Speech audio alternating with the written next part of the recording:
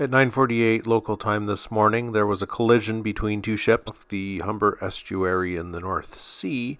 The 800 TEU container ship Solong, bound for Rotterdam, collided with the products tanker Stena Immaculate while that ship was at anchor. After the collision, both vessels caught on fire. Some of the crew has been rescued, but it's unclear how many people may be missing at this point. The Solong is believed to have been operating on autopilot based on its speed of 16 knots and a straight course consistent with the route that it's taken on this trip in the past. This likely suggests that watchstanders on the bridge were not paying attention because the Stena Immaculate should have clearly been visible on radar, AIS, and to the Mark I eyeball. The Stena Immaculate was built in 2017 in China, though it does carry the US flag.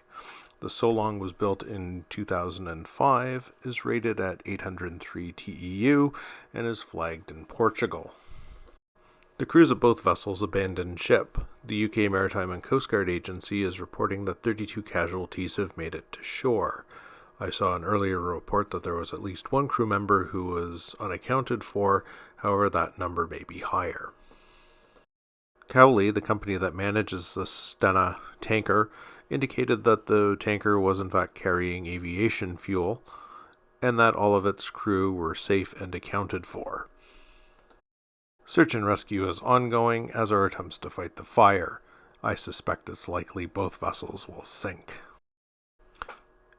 If we take another look at the AIS tracks from MarineTraffic, you can see that the Solong just slams into the tanker, with no signs of it taking any evasive action or attempting to do anything to avoid the collision without even slowing down.